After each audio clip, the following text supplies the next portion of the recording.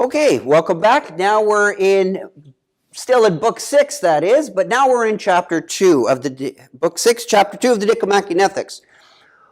So Aristotle begins this chapter, and he's eventually going to introduce some more technical terminology. I'll get into that in a second. But recall that now we're looking at truth. Truth is going to play an important role because in a previous video, Aristotle said one of the big problems that we have with his way of laying out ethics is that we're not sure what right reason is. So we're still digging into this notion of right reason, and that's going to be a certain part of the soul. Remember, the soul is divided up, and a certain part of the soul that Aristotle is concerned with is uniquely human part, because eudaimonia ultimately is uniquely human.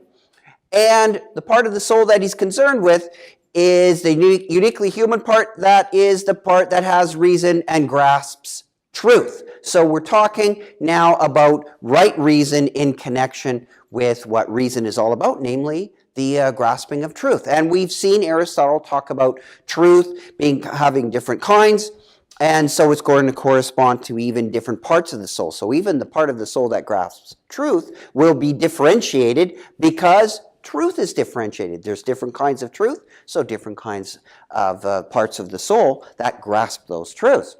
So in the soul, now Aristotle begins chapter 2 by saying there's 3 things in the soul that control action and truth. So bang, right away, in addition to truth, we've got another technical term for Aristotle: action. He's going to define it in a minute. The term that Aristotle uses is praxis.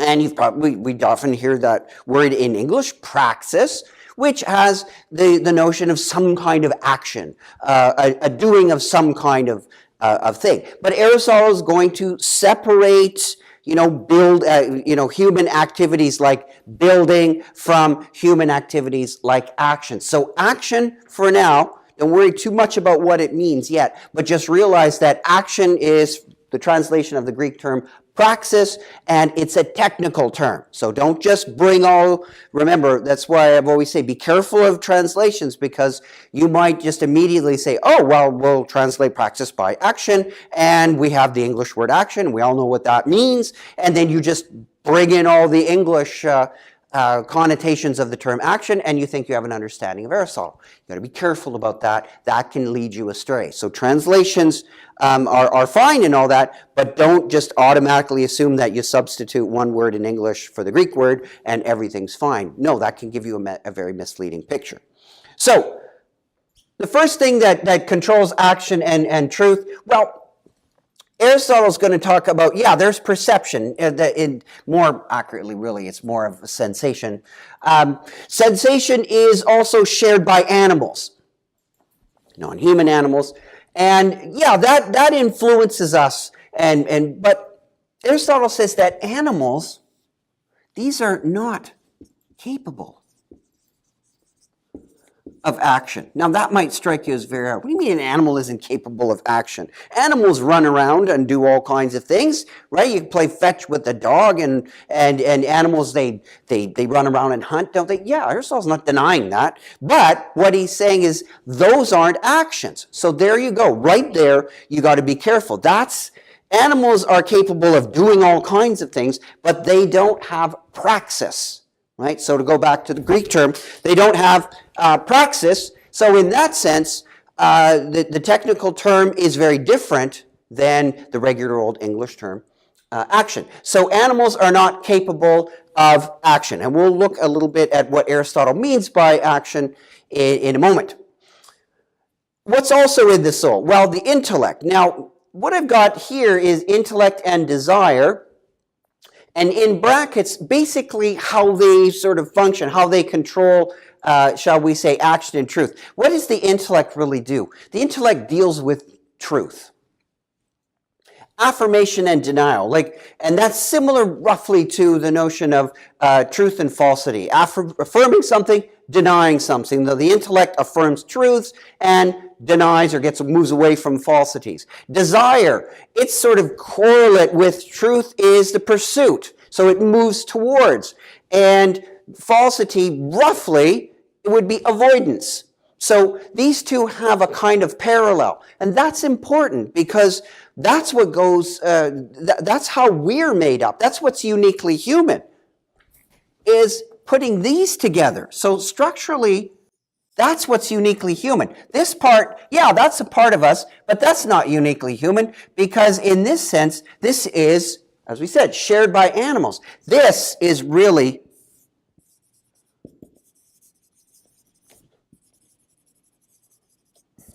that's the uniquely human, is this pairing, this bundling of it. And they're structurally similar. And when you put intellect and desire together, that's really what Aristotle thinks of as being truly human. So basically, what's the point here? In a character virtue, as we've seen in earlier videos and back in the early sections of the Nicomachean Ethics, in the early books of it, what's a character virtue? Well, it's a state involving rational choice. So it's a state of the soul that involves rational choice, and we've seen that choice, remember choice, Aristotle's discussion, it is a certain kind of deliberative desire. So we've got this view of reason working together with desire. So the passions and the reason, that has to all be put together.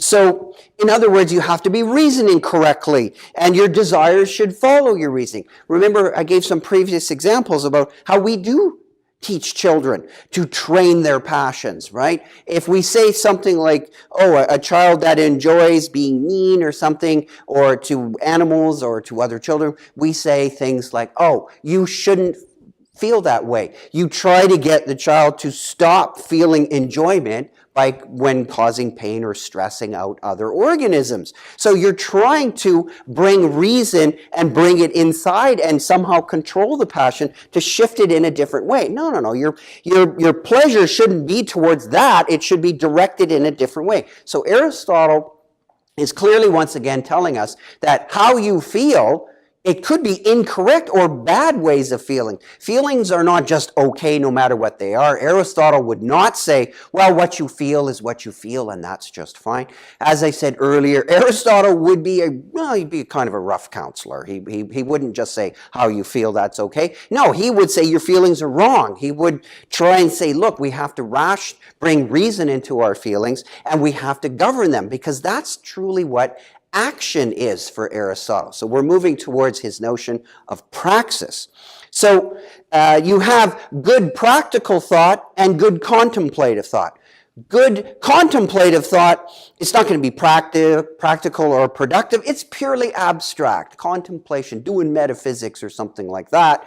And that's great. There's no problem. It's something that's impractical for Aristotle still has high value. He's not saying that every kind of thought that's of value has to be practical and that impractical things, contemplation of eternal truths or anything like that, that may not have any practical implications. Aristotle by no means thinks that's worthless or anything like that. So he's not saying that the only thing that is important is the practical. He's just stressing that practical reasoning is different than contemplative and theoretical.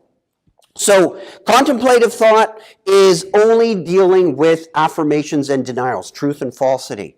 But the whole notion of the uniquely human combines the practical, it combines the intellect and desire and sort of rolls it into one where you have this practical kind of thought. And that is truth in agreement with desire. So you're getting an agreement of truth and desire.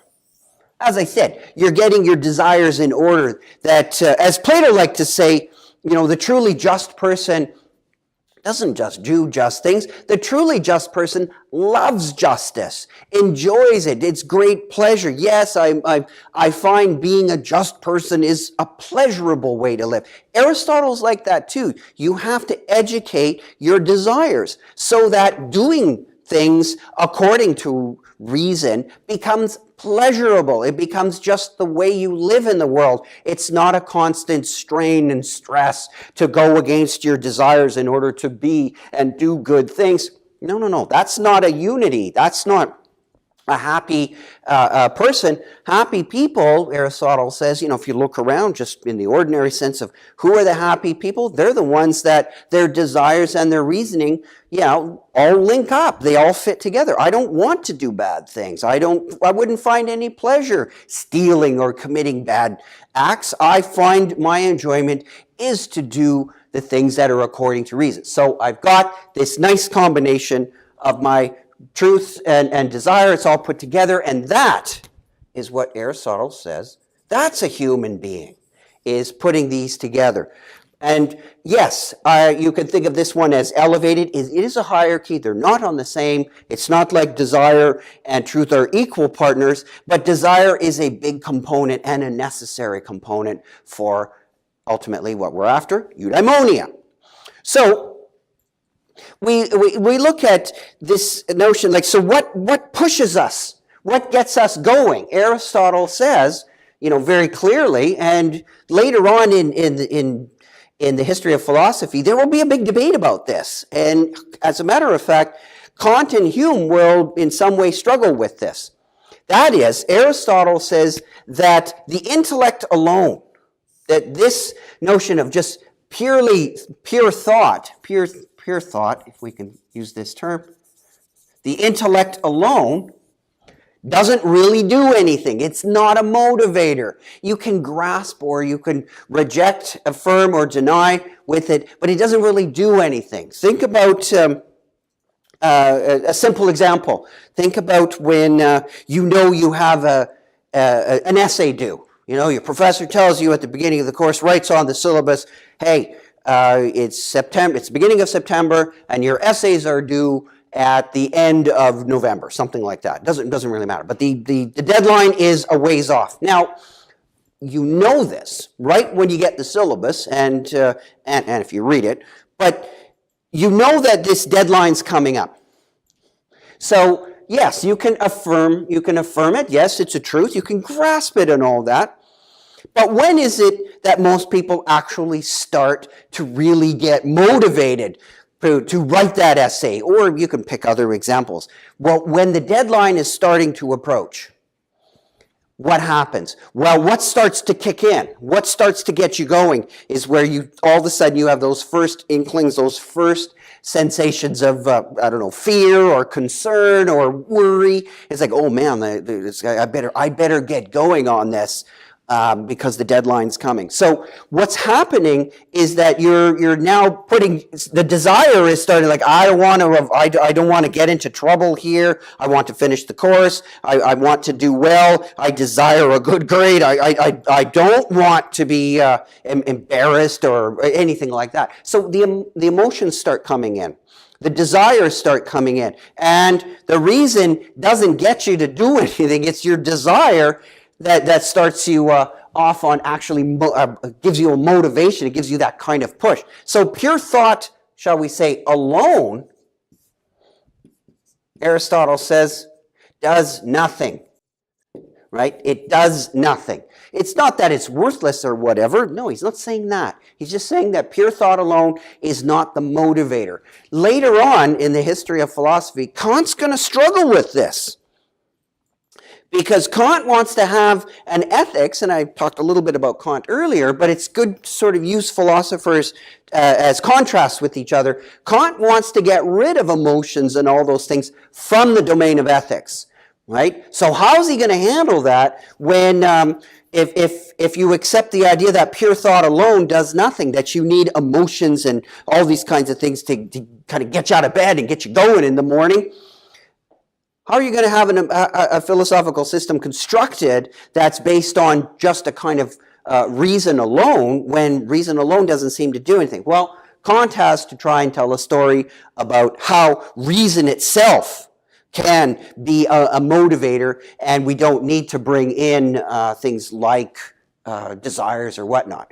Hume is on the other hand, he's going to say it's all really basically desire. Like reason can't do anything. Aristotle is a nice blend. He's saying, no, it's not that we're purely reasoning creatures and that reason completely runs the show. So it's not true to say that the history of philosophy is just reason dominating everything and that's all it was about. No, Aristotle starts off with a blend here saying that really reason is important, it's the dominant one, and desire has to be a part of it to get you going. Hume says, actually, not really. Reason isn't all that important. It's really desire. So he kind of kicks out the notion of reason and says reason is actually quite impotent, and it's all about desire. And then you have Kant, on the other hand, saying, no. For true ethical theory, true moral acts that Kant says have moral worth, they cannot have any of the emotion or even contemplation of future states in them. They have to be purely governed by what he calls a reverence for the law. And so in that sense, Kant says, well, be gone with you, desire. It's all about the rational side and grasping the truth of the moral law. So you can see Aristotle at the beginning, well, largely at the beginning of the philosophical tradition, saying that no, it's a combination, and this combination gets picked apart in various ways by later philosophers. So in this sense here, so what we've got is the true human is this combination. So humans undergo actions, amongst other things. So there's activities, let's use a broader term like activities. Human actions are one part of human activities, and there's all kinds of them. And Aristotle in later chapters in Book 6 is going to go into more details because he'll look at contrasting things like action and making. So what is the difference? And we'll look at that in a later video. So rational choice really is this desired related intellect. So ultimately praxis, this here, praxis is unique to us.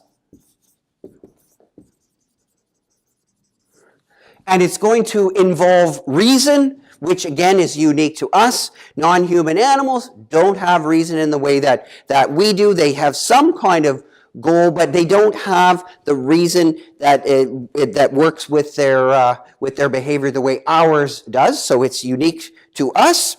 And also, Aristotle says that the notion of our desires, they're sort of like the first thing that pushes us in a direction to get something done, to do something. And our goal ultimately is to act well, right? So the goal, Aristotle says, is to act well.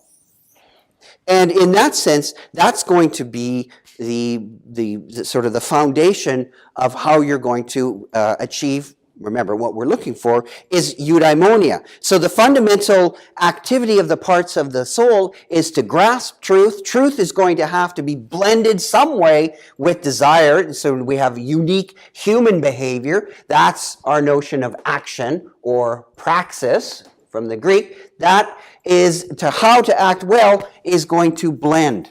It's going to be a blend of desire and reason. So what we've got to get now clear about is this notion of truth.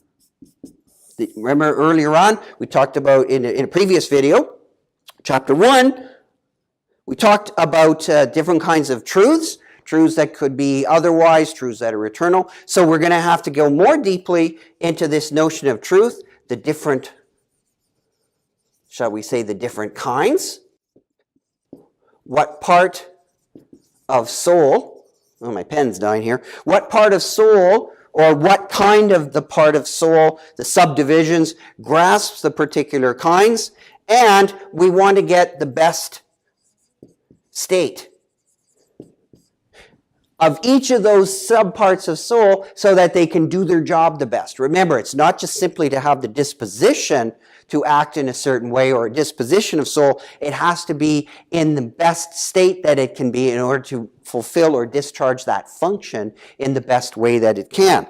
So what's coming up? Well, Aristotle now is going to do a much bigger analysis of the notion of truth, because ultimately we want to figure out how does truth play a role in ethics, which ultimately is how does truth play a role, and Aristotle says that this is extraordinarily important, is that for a happy life, truth is absolutely critical. You can't get around it. You will never achieve eudaimonia if you don't develop your intellectual virtues. You can work all you want on your character virtues, but if you don't have them capped or completed by the intellectual virtues, you have no chance of achieving the happy life, or better, the state of eudaimonia. And that's, again, what the whole Nicomachean Ethics is about. So stay tuned, and we'll look more at parts of the soul and different kinds of truths in an upcoming video. Thanks.